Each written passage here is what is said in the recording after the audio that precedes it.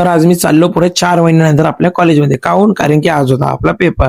तर मग काय घरून आपण काकडे वगैरे खाऊन घेतली आणि पुढं ओके होऊन गेलो. त्या बादमध्ये मी आणखी माझा मित्र आम्ही दोघंजण सीधा कॉलेजला जायला निघून गेलतो काय.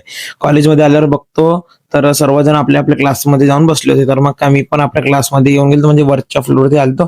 आपल्या बॅगमध्ये वगैरे मोबाईल वगैरे टाकून दिलो होतो काय मी. त्या बादमध्ये काय आपला पेपर पण होऊन गेला लवकरच कारण की पेपर होता इझी. तर मग काय आम्ही सीधा निघलो होतो एवढे पण जण घराकडे जायचे. तेवढ्यातच मला फोन येऊन गेलता का आपल्याला जायचं म्हणजे चंद्रपूर. तर मग काय मी घरी आलो आणि लवकर लवकर तयारी करून आपल्या रेडी होऊन गेलतो. तेवढ्यात आपली गाडी पण रेडी होऊन गेलती बिलकुल चकाचक.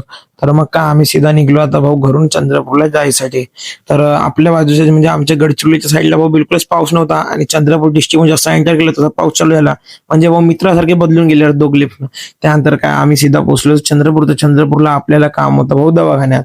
तर दवाखान्यात माझं काम नव्हतं, दवाखान्यात माझ्या काकाजीला काम होतं. तर मी यांना दवाखान्यात वगैरे सोडलं आणि त्या बादमध्ये मला माझ्या भाऊकडे काम होतं. तर मी आपल्या वहिनीला कॉल करून घेतलं होतं का या मला घ्यायला. तर ती पण आले होते. मी मग गाडीला बाय वगैरे केला आणि वहिनीसोबत सीधा निघालो घराकडे त्यांच्या घरी आल्यावर माझ्या भावाच्या मुलीला हाय करतोय मी. त्याच्यानंतर मग मी माझ्या दुसऱ्या भावाच्या घरी आलो होतो. तिथं बघतो येऊन तर भाऊ हे दोघं जण माझेच व्लॉग पाहत होते काही. हे दोघं माझ्या भावाची मुली आणि यांना माझे व्लॉग पाहणं बहुत आवडते काय. तर इथं यांना असं बघून भाऊ मला पण बहुत खुशी झाली काय माझे व्लॉग्स पाहता म्हणून. मग काय मी थोडंसं रात्रपर्यंत चंद्रपूरमध्ये थांबला आणि आपला झाला होता निघायचा टाइम. तर बाहेर निघून पाहतो भाऊ खूप पाऊस येत होता. तेवढ्याच भाऊ आपले प्रथमेश भाऊ आले ते आपल्याला वाचवायला पावसाने ती छत्री घेऊन आपल्याला गाडीपर्यंत सोडली. गाडीच्या अंदर बसून पाहतो तर बहुतच जोराचा पाऊस लागला होता काय. तर मग आम्ही पावसाचे मजे घेत घेत आपल्या गडचिरोलीकडे वापस आलो म्हणजे आमच्या गावी. तर मित्रांनो भेटूया पुढच्या ब्लॉगमध्ये. थँक्यू.